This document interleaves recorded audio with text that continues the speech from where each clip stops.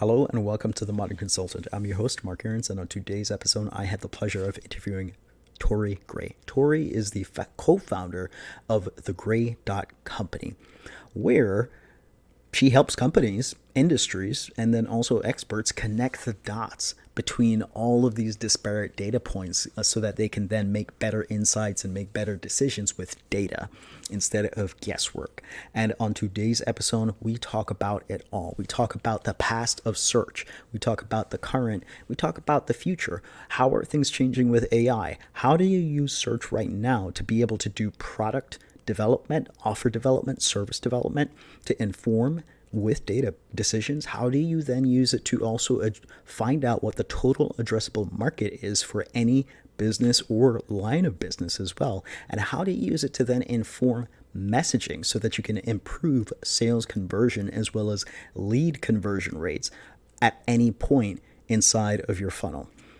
We have a lot. We get very nerdy with this, and I hope you enjoy listening to it and watching it as much as we enjoyed having this conversation. With that, I'll see you on the other side.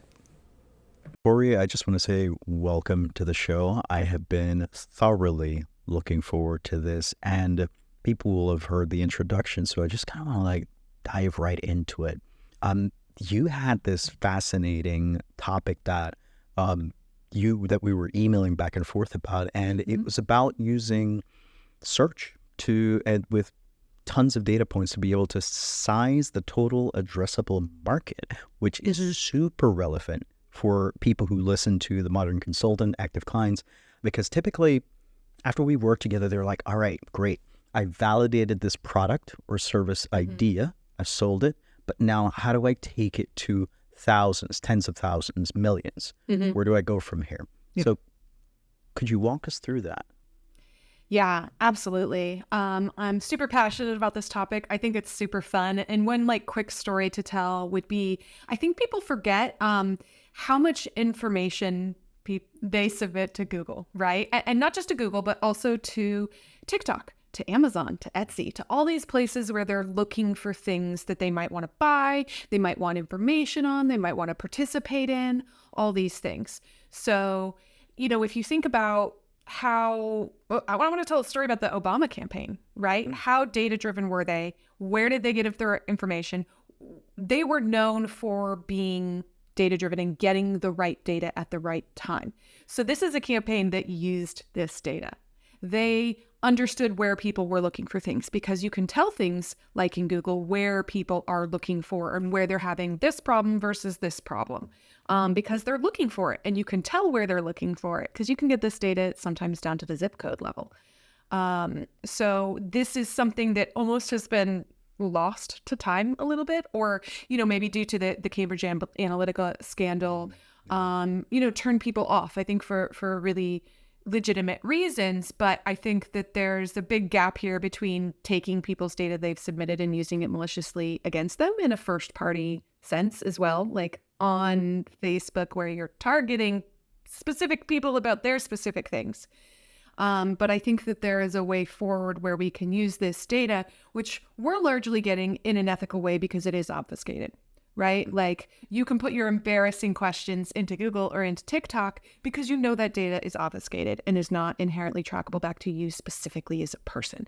But we can still count how many people have those issues in common, right? So we've worked with providers who want to know about medical issues that they want to focus on for their app, for college students, for example. So how do we know which there's medical data available to us, and we're going to dig into that too. But as a data source, what symptoms are people experiencing? Where are they looking for relief?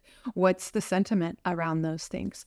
Like, this data is out there, and I'm hoping through this and through this conversation with you, we can help really tell a story about how we can use this data.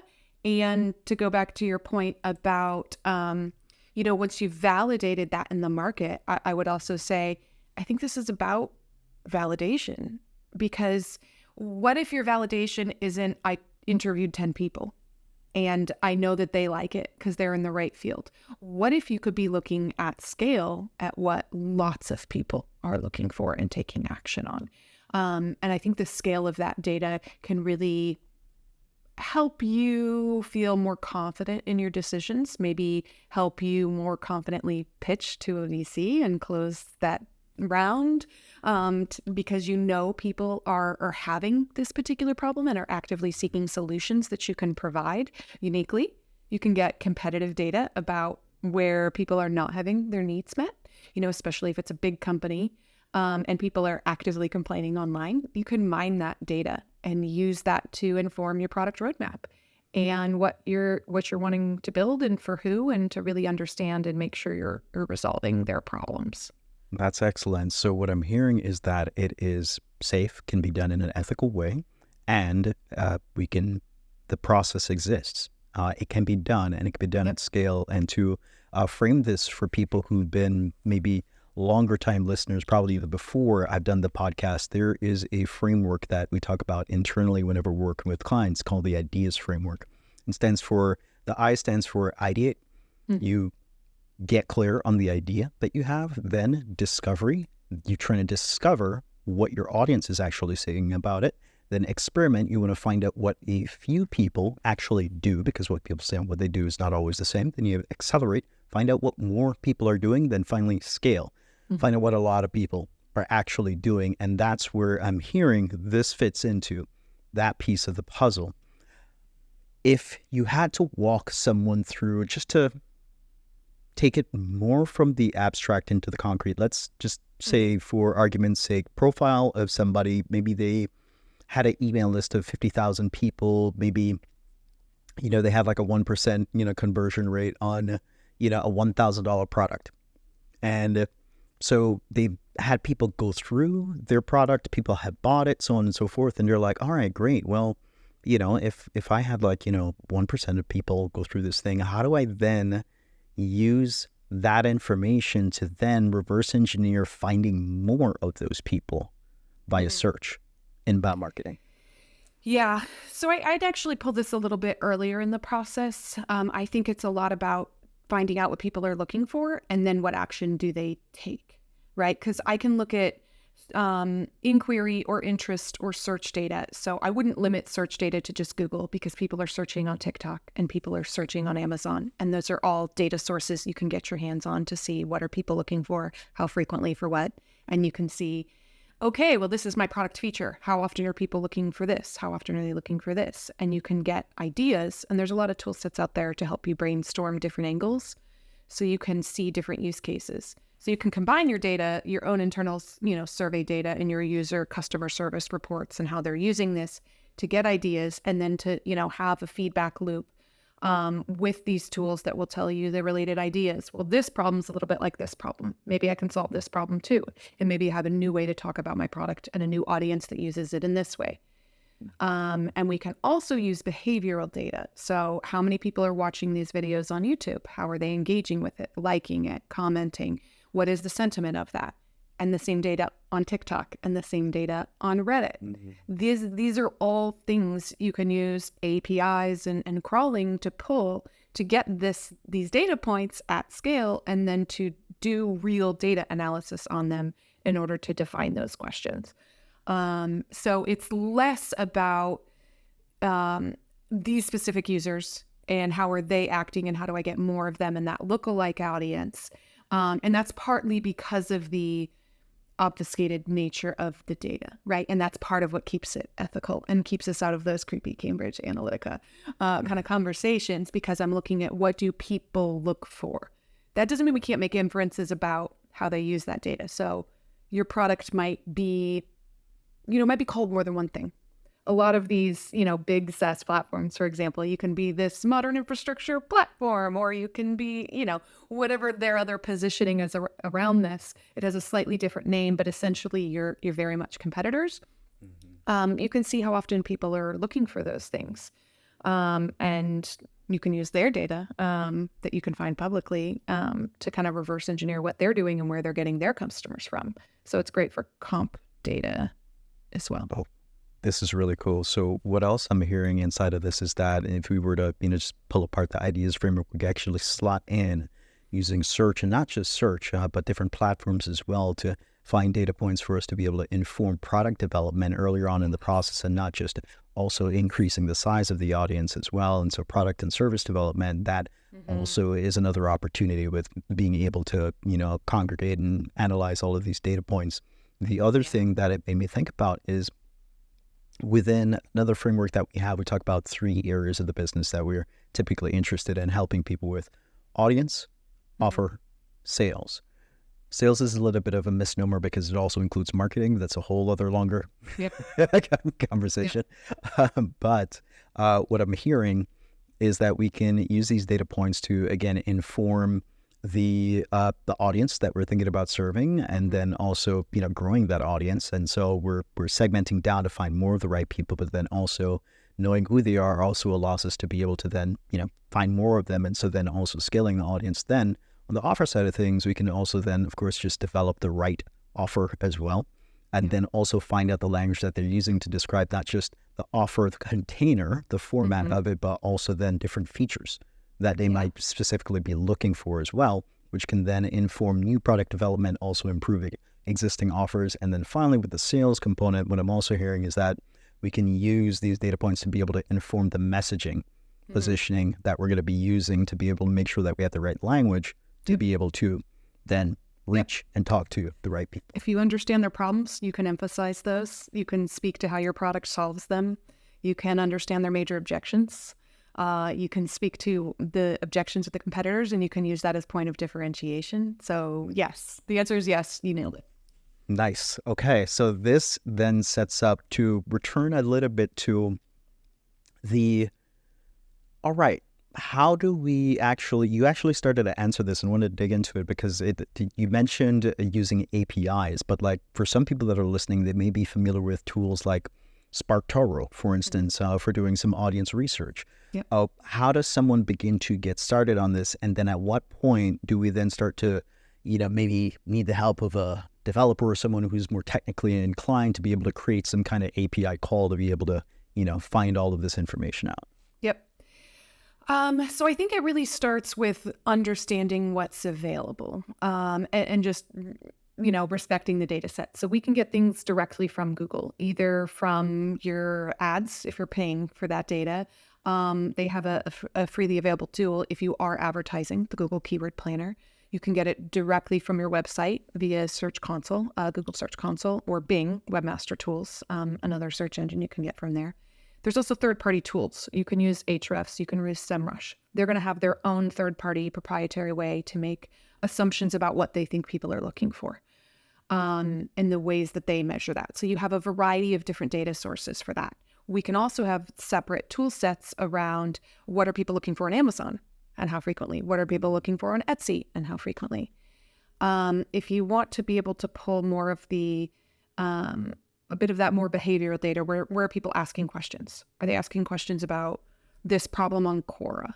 Or are they engaging in conversations about this on Reddit? So you might need a crawling tool or have expertise around how do we get that data. Or those tool sets might have APIs. So the YouTube API is our best friend because we can get all this information about all these different videos. So yes, you might need to work with a developer if you're not already one, to pull those insights together. And then I want you to treat it with the respect that any data deserves, right? So I think some people think, oh, okay, then I can find out how often people look for this versus this and just compare 1 to 1. And sometimes it's as simple as that, but a lot of times this is data and it's a lot of different data points. And are you a data analyst and do you feel comfortable managing that data? So, and are you going to look at one thing and compare it to this other perhaps arbitrary thing, or are you comparing apples to apples? Are you looking at larger data sets and pulling them together in a way that means you're actually having, say, statistically significant results? So like you might need data expertise, you might need development expertise. It depends on where you're starting and what your core skill set is. But what makes this data a little bit unique is you're also going to need to understand its advantages and its limitations and its use cases. So just like any other data source. So are you doing surveys? You have to know how to ask the right survey questions. You got to know how to get in front of the right audience. You got to know its limitations in terms of like, who's going to fill out that survey? People that are really mad and people that are really happy. And you're going to need to do your analysis and in a way that means, you're not talking to the middle. And that means you're going to have some extremities. So how do you handle the data to account for that? So with this data, if we're talking Google search data, for example, that's historical data typically. So we're talking about a last trailing 12 months, and it's a rolling monthly average is typically anytime you're going to see how many times people are looking for X thing per month. And then you might look at a group of keywords. So all the things that they mean when they search for this. So if you're looking for podcasting services, what else do they call that? Because they call that more than one thing, right? So you're not just looking at one thing and one data point, you're wanting to look at the ecosystem of those keywords and how they add up together. But it might be that historical data, which might change dramatically overnight. So the classic example here is COVID, where search behavior changed because search behavior is user behavior. It's what's happening in the world. Right? If someone looks for Donald Trump in Google today and looks for it tomorrow, they might be looking for different things because they might be looking for the story for today and the story for tomorrow. So what they expect to find can vary over time. You can look so there are other tools if you want to look for more like up to the date information. You can be looking at trends in trends.pinterest.com is a great tool, or trends.google.com. You can also pull trend data from TikTok. So if you want more historical data, you need to use the right tool sets there. And if you want to use more of like trend data to understand what might be happening next, then you need to dig into the data sources and really understand, am I pulling the right data for the right audience? Because some of it's also audience finding. So who you find on TikTok is going to be different than who you find on YouTube. So do you want to look at both data sources? Because some projects are juicy and you want to, but sometimes your audience profile is more inclined to be on Instagram or Reddit or whatever the platform is. So where do you think your user is? Go pull that data, understand those limitations, and then, get creative. Honestly, dream big, because there's, to your point, like it can fit at each state of the cycle. So how do you, what are your burning questions? Start small and then go big. I really love that. That is excellent. There are a number of threads within just what you shared that I wanted to dive deep on that are just juicy. The first one is with YouTube and the API and being able to pull search data from YouTube. Someone that's listening in, they might have heard a statement like, the second biggest search engine in the world is actually YouTube. Is that true? Validate for us. What have you seen? Yes. Honestly, it's interesting because YouTube has seen a huge resurgence, I'd say, in the past 2 years. So, it used to be maybe, I'd say 7-8 years ago, it felt like YouTube was a big thing and brands were starting to be on YouTube and they were doing more. And then it kind of just went quiet for a while. And it's not as if people weren't doing things. We're still seeing these gamers, for example, coming on and doing these live streams and maybe some Twitch competition or there's just all these really interesting things happening, but it might not be in the big picture news and it might not be on the radar of business and marketing executives. But there's been a shift, I think, that's fundamentally happened for YouTube in the last year or two. That's meant that we're hearing from a lot more businesses that want to see what's happening on YouTube.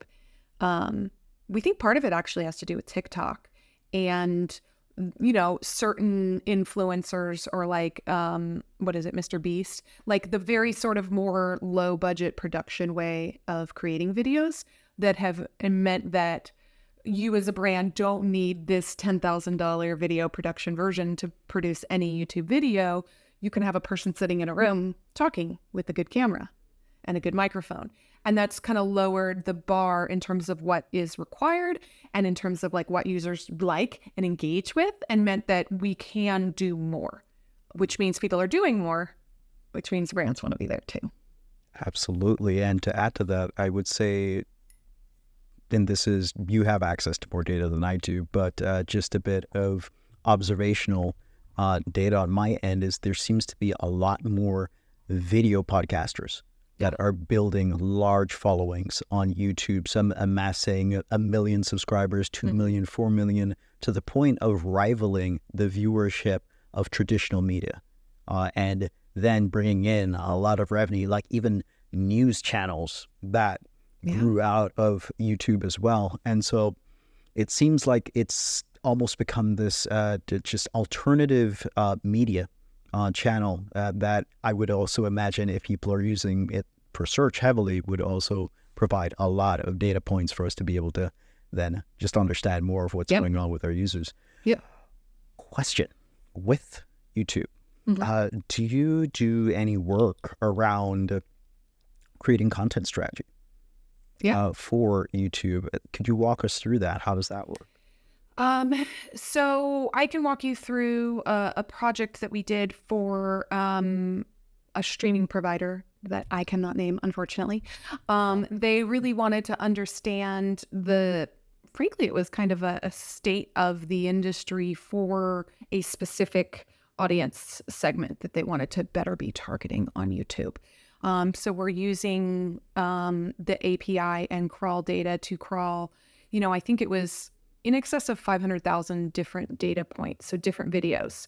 What are all the competitors that we want to look at? What are all the different videos?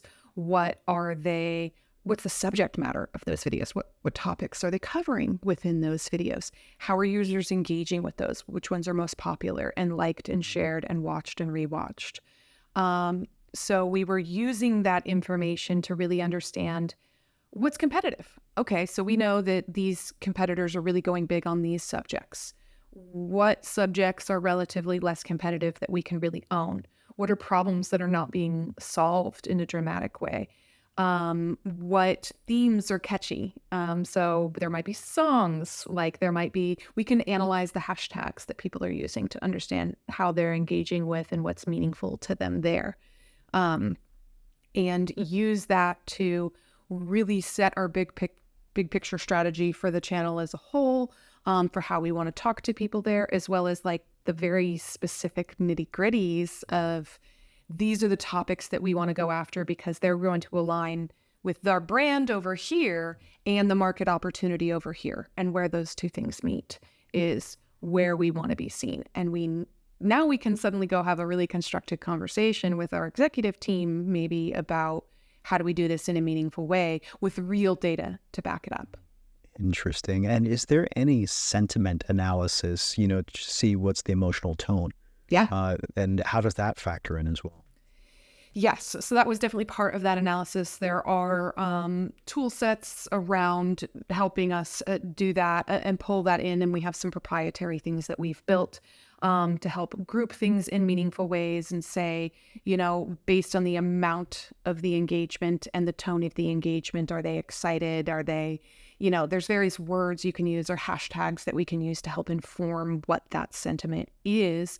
So not just do you watch it, but, are you hate watching it? Or, because there's obviously a difference. So you can, that's a lot about analyzing the words. So whether that's the hashtag, the poster of the video, put it around, or it's also about the words that commenters will use. It's also about likes or dislikes. So we can factor in all of those measures to really understand how do users feel about that content that they're engaging with. Oh man, so this is great because the nerdier folks who listen in, I can already anticipate the next question because there's no way this isn't the case, but how has your practice changed with the advent of artificial intelligence? It's not that new, interestingly, because ChatGPT came along and that has really been dramatic for the industry as a whole. But I think people all along, including us, have been using these machine learning scripts, these AI tool sets in order to, I think what people think about when they think of ChatGPT is they think about scaling content production, but they don't think about the optimization, the wins, the accessibility. Now suddenly we can add alt text to things that's going to cover our butts legally, but also means we're helping real users access our content that weren't before, or that, now we can repurpose content more quickly and effectively. And that means we can put it on different channels. So we can have a video version of our podcast and an audio version of our podcast. So different people can consume it in the ways that they want to consume it, when and where that makes sense for their lives. So even the same user might enjoy the same podcast, sometimes audio on their morning walk, but then at work on video. So some of those accessibility, quote unquote, wins mean that people can just use it in different ways.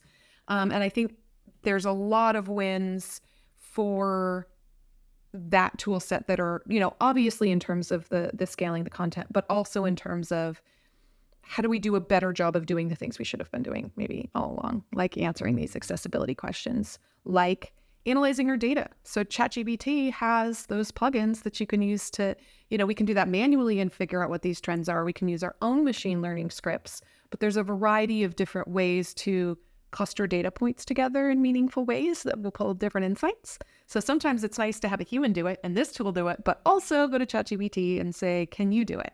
Or, there's a variety of other data analysis AI tools that can look at data and maybe pull trends that you didn't see.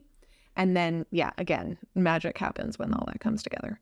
Oh, that's beautiful. It reminds me of when I launched my first website. Like I, took like a SEO course and I grew it to like 700,000 unique visitors, and this was many, many years ago. And it was, but the one thing that like stood out to me was this one email reply I'd gotten from somebody, and it said, "Wow, thank you for taking the time to write the content the way that you did, because I'm blind and I use a screen reader, and it reads so well." And to your point of accessibility, I never forgot that, and I took that with me just to always, if I could, make the content accessible. And I love the point that you made about ChatGPT, artificial intelligence, everything allowing us to be able to make content accessible for everyone, regardless. On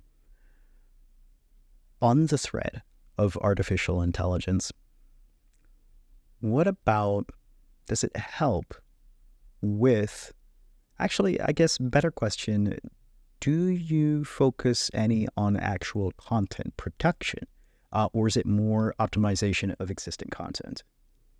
It's all of the above. So I think it can be used. So I'd say we're somewhat less likely to use ChatGPT specifically for any sort of first drafts. There's other tool sets that, I'm biased, but I think are better suited to that. So sometimes it's first drafts. Sometimes it's, I'm really stuck and I need to think of something, and I can generate something and with a tool, and sometimes you hate it, right? And that suddenly gives you an idea of what you want to move forward with and create. Yes, that has happened to me. Yes. So it can get you unstuck, or you can start rolling on this section, but you don't know how to do the introduction. Or you need to come up with like a new and creative way to share this on social media. So you need variations of the same copy, and you're just like, oh my God, I've thought of 18 versions and I hate them all. What do I do? Give me a new angle. It can really help unblock you, I think, in that way, whether you're using the outcome of that tool or not, because sometimes it comes up with some great little tidbits and maybe it just needs a little bit of tweaking, or maybe you throw it out the door because it made you think of something new and innovative. Or it can get you 80% of the way there, and then you can do some manual human curation and fact checking on top of that. So we use it in, a lot of different ways. But the only way we don't use it is go and put in a prompt and get some stuff and then put that up on the website, because that's a terrible idea. Don't do that. Because who else can make that content with ChatGPT? Everybody else. Literally everyone else. And then what's special about it? Yep. I 1000% agree. Okay. My next question for you actually is a little bit of a Trojan horse, because I want to learn more about you. And then also I think it would be really instructive for the earlier stage consultants who are, trying to build their independent consulting, but it's also going to be helpful for anyone that is looking for SEO services and they want to be a better client. Mm-hmm. That said, what are questions you wished people would ask when they're thinking about starting an SEO optimization project or content strategy project? Excellent question. And I think people need to do more work to determine what level of investment makes sense at what stage in the process, if any, frankly. And I think there's sort of there can be I want to check the box. I'm doing this channel. We turn this off and I'm done. And there's less of a perspective of viewing it as an investment. With any channel that's going to have its trade-offs and its costs and its investment and the way, it's going to pay off for you in the long run. So, also, I think you can use this data that we've been talking about to really define where is your market today. And that's a large part of how I think you can approach SEO. So to get concrete there about exactly what I mean, where are people in your industry? So whatever problem you solve for your specific product or service, what are people looking for? Are they looking for it? Are they problem aware? Are they solution aware? Do they know who you are? Who are the big players in the space? You need to know where people are. And if people don't even know they have a problem yet, then you probably shouldn't be starting with SEO, right? Because you can't optimize for people to not be there. That doesn't mean you can't start creating content and use that to drive a social media sharing strategy and drive demand. Or perhaps you should be out advertising, or, I like to use the example of the first generation iPod. It's not like people were out there looking to Google to find a digital music management device, right? Like that's not how that product came to be. The iPod came to be because people, it solved a problem they didn't know that they had. So through advertising and other marketing means, they solved that. So using this data to understand if people are problem aware, then maybe you can make some moves. If they're solution aware and that's part of your solution, are you a new and innovative disruptive solution? Then you can and then you can also determine things like competitiveness. So how good of a job is your competitor doing resolving these? Are they showing up for all the things? How quickly can you overcome them? Because maybe they're doing it, they're ranking for all the things, but maybe they're crappy and spammy and you think you can outdo them overnight. And that is available in many industries and in many places. So understand your competitive set, understand what people are looking for. And that I think can inform your strategy of if you do it, when you do it, what level of investment, and like how big do you go when? Because you can also look to see, so like we like to use LinkedIn and to do internet research to understand like, who's hiring? Okay, they just closed another round. Oh, they're hiring a big, huge marketing team. They're doing something. They're investing big. And that means if we just go forward with our marketing plan as we had stated, we're going to get left behind. Or they're doing nothing. This is our time to move. You can really see what level of investment people are aiming for at any given time by doing that research. And, one of my soapboxes is actually don't just use that data to say, I'm going to do what they're doing. Use it to inform what you want to do based on your own unique. The purpose of competitive research is not to just copy what people are doing. It's to differentiate, frankly. Yes. The purpose is not to be second in class.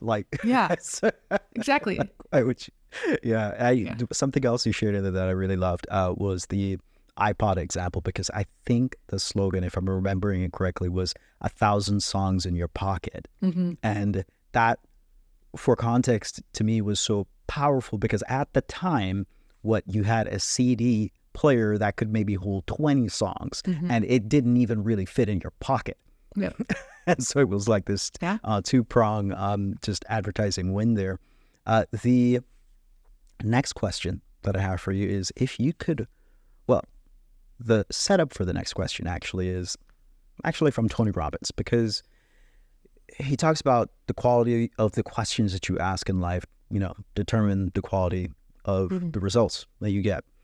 And I think that we spend a lot of time trying to find answers to the wrong questions in business and in life. And of course, when it comes to search and everything else. And so if you could wave a magic wand and banish people from asking whatever kinds of questions when it comes to search, optimization, and everything, what would those questions be? Questions to stop asking so we no longer waste our time. Goodness. I think it comes from a lot of, they know what they know and they think that that's an approach. So I think people make assumptions about okay, so how are you going to build links for me? Okay, back up. Do you need links? and how many do you need and of what kind? And like, there's so many questions that can be loaded based on, how you came to the table. So if you think SEO is link building, then you're going to have a very distinct perspective. If you think SEO is content creation, you're going to be focused on that. And so you start there. Or you start with like assumptions about how, I had someone come to me that was looking for help with disavow files. So disavow files are a way to be like, I don't want the link that came to me because I think it's spammy and wrong and someone's being suspicious and linking to me and trying to get me in trouble for it, which is actually a really, really high bar. So she came with this assumption of her competitors were building malicious links against her and she needed to work actively all the time to make sure she was disavowing all these links. But you could look at what links are being built and like, there's a big difference between a malicious link and just a thing Google can be like, no, not like, that's just meaningless. Like, yeah, it's spam, but like, I can tell it's spam and I can tell you're not, like, all your competitors are getting these too. Like, everyone's getting these. It's not about you.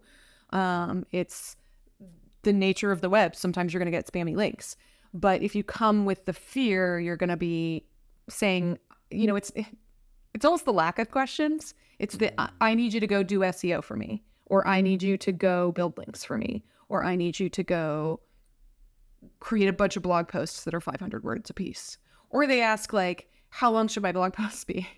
Like, it varies. What is your industry norm? What's your content? What's your subject matter? How deep does it need to go? What's the seniority of the audience you're going to speak to? Because they're going to have a different willingness to read a different length. So we actually spend a lot of time trying to just walk back and ask the questions and ask the questions and ask the why and the why and the why and the why again, to say, why do you think that's necessary? I love this because it really pauses, a request for implementation or tactics to then say, okay, great, but what's the strategy and what's the strategic intent? And is it even going to get you the results you want? And is it even necessary in the first place? Which I think it is amazing. It's a trait that I've seen with every single high integrity service provider that I've ever seen or worked with, which is, hey, if you don't need this, I'm not going to do it. And I don't want your money for something that's not going to be relevant. I really like that. And the meta lesson out of that I'm hearing is we can become better clients by first trying to assess what the strategic intent is behind the ask. Because if you're going to go and work with someone that is a strategic, that provides strategy as well as the implementation, we need to answer that question. And then if somebody wants to become a better consultant as well, get great at asking those strategic questions. Get a potential client to justify why it is. They know what they want, if they know what they're aiming for, and if they can articulate that. What are you attempting to accomplish? Not go do what X. Because, like go to Fiverr or something, like if you just need, and that's no like slice against someone on Fiverr that's going to be able to implement. If you're an expert and you don't want to execute, go hire the person to do the job. And you could get that cheaper than working with me. You're hiring me because I can help guide you in terms of what should be done, because you're not the expert and I'm your expert for you.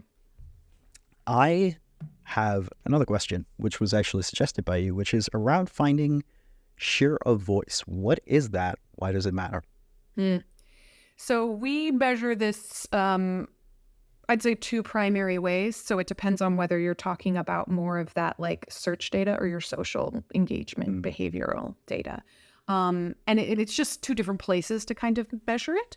But because, and it'll vary, like a brand will have a different share of voice in terms of their participation in any channel, but also overall across channels. So how we go about measuring that is really defining what are all the things that people are looking for in your industry across, your competitive set.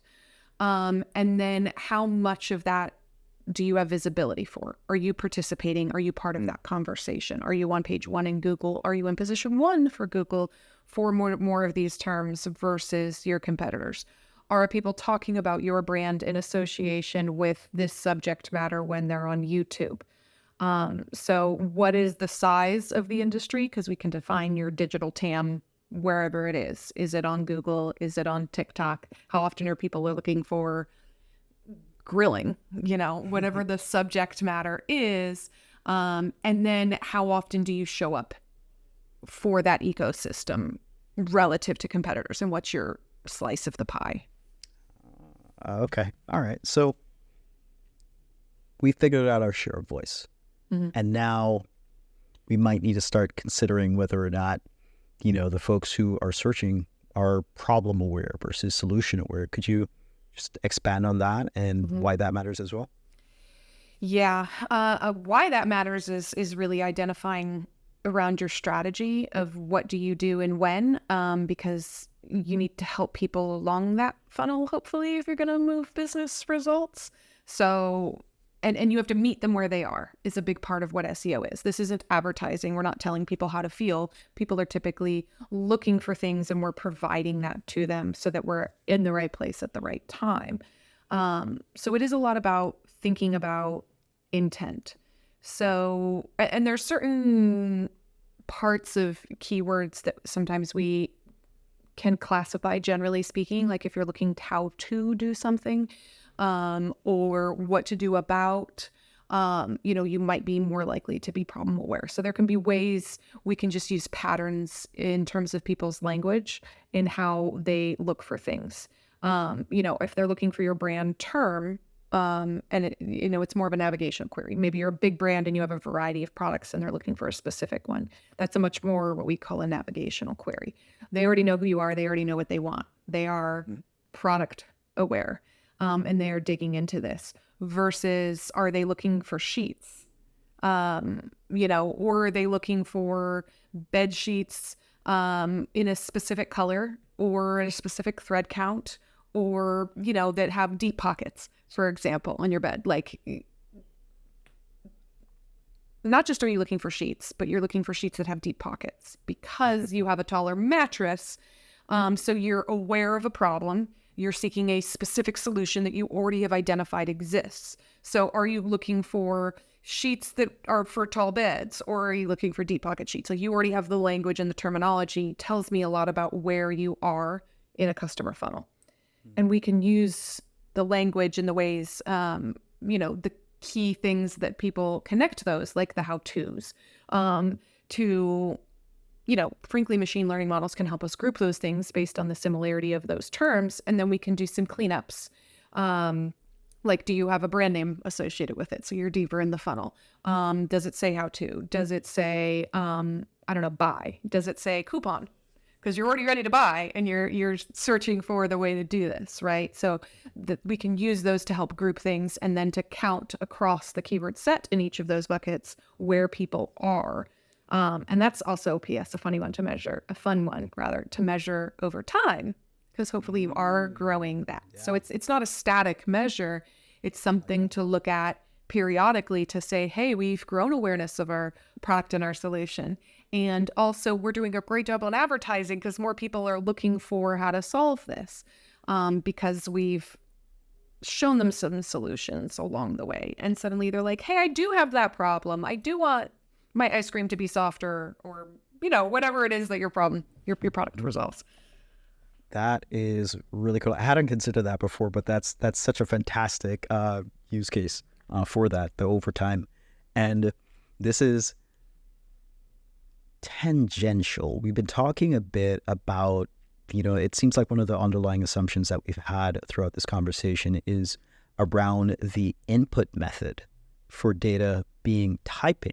But what about voice? Is that data available at all? And is that part of, is it available, period, for analysis?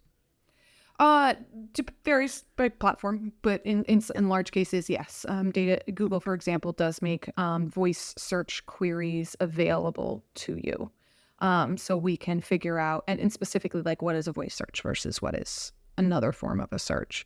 And you can also, typically speaking, get that data about how traffic was driven to your site. So not just like what are people looking for, but how are you performing against that?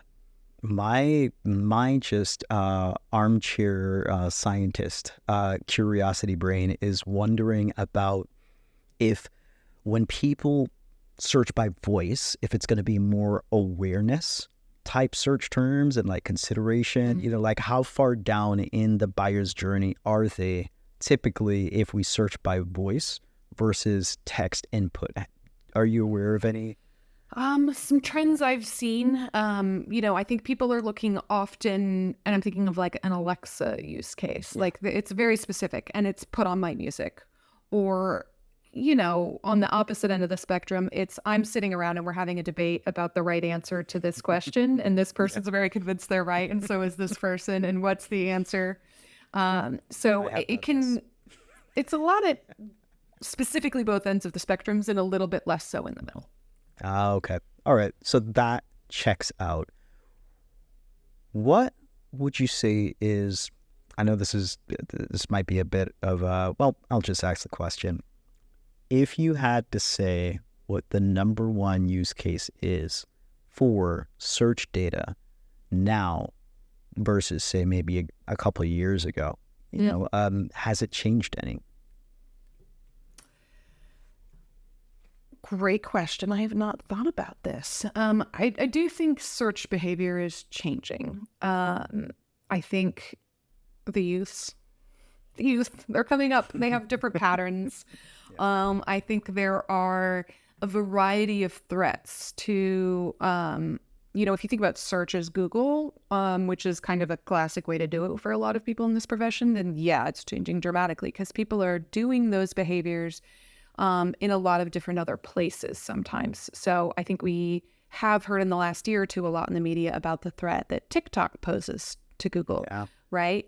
And that's not just because people are going to TikTok and searching for a Lebanese restaurant near them, because that's not typically how it works. It's more typical for that to be volunteered to them. So if they look up a city, maybe they're vacationing to, maybe they're living in, maybe they're about to move to, maybe they're consuming content about restaurants. And then it's more of a browsing activity, more of a discovery or an exploration, a little bit more advertising focused versus like, I'm looking for restaurants near me that are Lebanese. I think that behavior does still happen, but I think they might do you have to search if you already have a recommendation from a friend that you trust? So sometimes you get in front of that process by answering that question, or you develop trust. So people, Google has been struggling over the last few years to provide, I think, great search results, do a variety of different circumstances, including spammers, that make it maybe sometimes harder and sometimes easier to show great results. So maybe you trust this influencer on TikTok and they have great tastes and they always make these recipes and you've made these recipes and they love. So when they make a restaurant recommendation, you're going there because you already trust them specifically. Or maybe you're looking for a product and then they're going to go to Etsy to look for that before you went to Google. So it's not just about TikTok. It's about Etsy. It's about Amazon. So Amazon is arguably the largest place you go to look to search for a product, in that you might not go to Google to look for that general product anymore. Much less the Walmarts of the world or the Targets. So all of these things, whether it's product specific searches, whether it's, getting in front of this behavioral action like TikTok, then we got antitrust suits. So Google's getting it for a variety of directions that makes it complicated. But I also wouldn't undervalue just the way the youth search today is changing, and they're not as tied to Google, and they haven't grown up with the experience of Google being excellent and dramatically better than everybody else. So they might be more willing to use a DuckDuckGo because they care about privacy. They might use Bing. I think there's just less of a brand affinity or like a default to Google. I hadn't considered that perspective, and it checks out that you're totally right. And to that end, for those who are in the world of search and trying to understand what people are searching for, we've spoken a lot about the past, the present, but now we're bridging to the future. and just what future behavior might look like and where data sources might then be, and if those data sources are then even accessible. One particular situation I'm thinking of right now is like, say, okay, Microsoft Copilot, it's living alongside Bing, it's living inside Microsoft Edge browser. Are those queries available now, and will they be available in the future? A lot of queries maybe going into ChatGPT, is that something that's even accessible, and how does that impact the future of search? That's not accessible today per se. The companies would need to expose that data. And I think right now we're at a stage where they are jealously guarding that for themselves and for their own learning because they don't want to share that data, which I think probably makes sense for their business at this stage. I'm not going to speak to like what's right for the world, but in terms of like, yes, ChatGPT wants to keep their knowledge to improve their own systems. Right. And they can also get certain interesting information. So I'm thinking of like the Samsung debacle of like, whoops, you have my proprietary source code because I was asking you questions about it. And now Bing, Microsoft owns that because they own ChatGPT. So things can get complicated in that realm. But no, they're not exposing that data. Will they in the future? I think once that gets more commoditized, that might be very possible. And or once they're to the state, once people have more brand affinity and are tied to specific tools. Because right now, I can't breathe without another new AI tool coming out. Like it's left and right. And we don't know which ones will survive.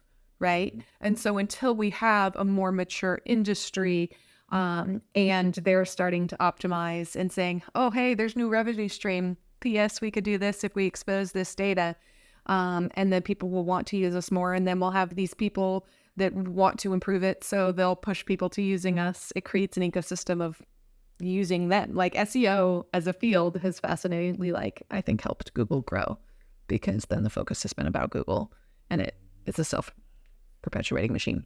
Absolutely. So probably is the short answer. It's great in that it's expanding our discussion from not just what's coming up in the future, but it's now become a reflection on the state of just the internet, from my perspective, because it's almost like when the internet was founded, like the whole spirit, the mission, the goal was to democratize accessibility to data.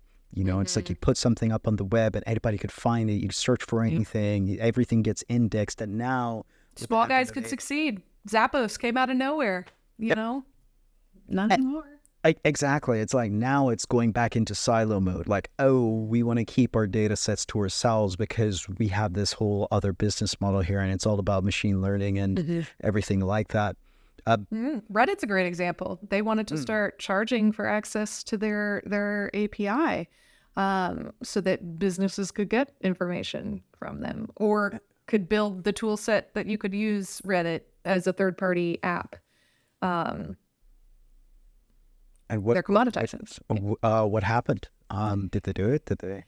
I think it's still in discussions, or they're like thresholding, right? Like I think they're more focused on the audience of, are you going to use the dedicated Reddit app to consume Reddit content, or are you going to use a third-party app? And they're charging more for those people. But I think that is a slippery slope.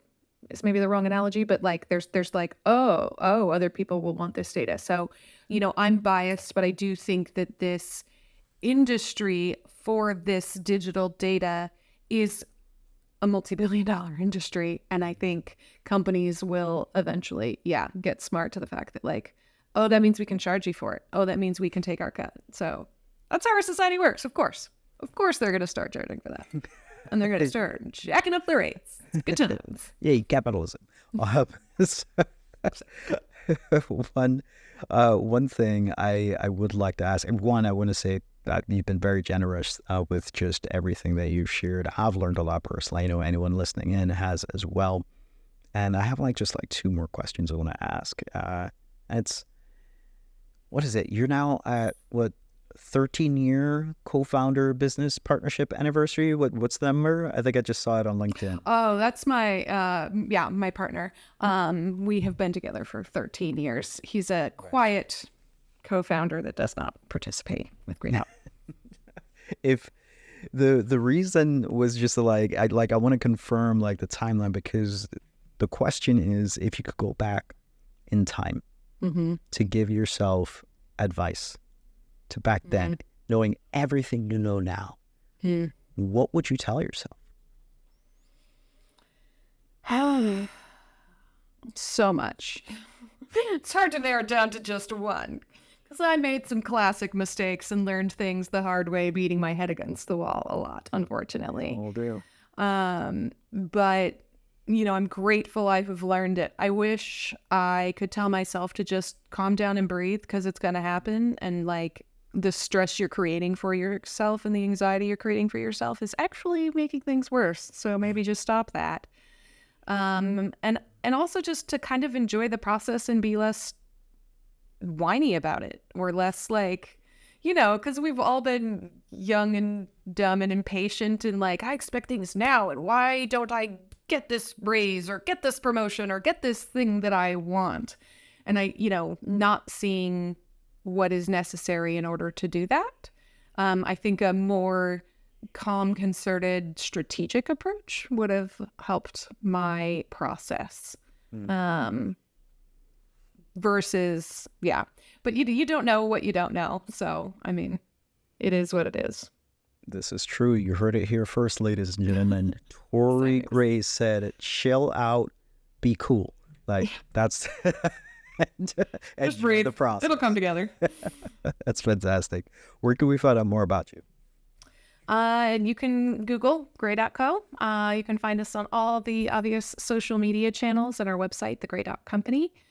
We also have a video podcast of our own called Opinionated SEO Opinions. We are on YouTube and all the major streaming podcast places, so check us out. And thank you so much for having me. It's been a blast. Hey, thanks for checking out the show. If you liked it, go ahead and hit the like button, and also subscribe so you don't miss another one. It also tells us which ones that you like the most, so that we can then do more interviews like that. If you want to go from idea to implementation though, especially if you're wanting to productize your expertise so that you can scale your impact on your clients and of course grow your business, then join our email list. There we're going to talk about how modern consultants can productize their expertise so that they can have a greater impact on the world around them and live life on their terms. If that's up your alley, I hope to see you on the other side. Talk soon.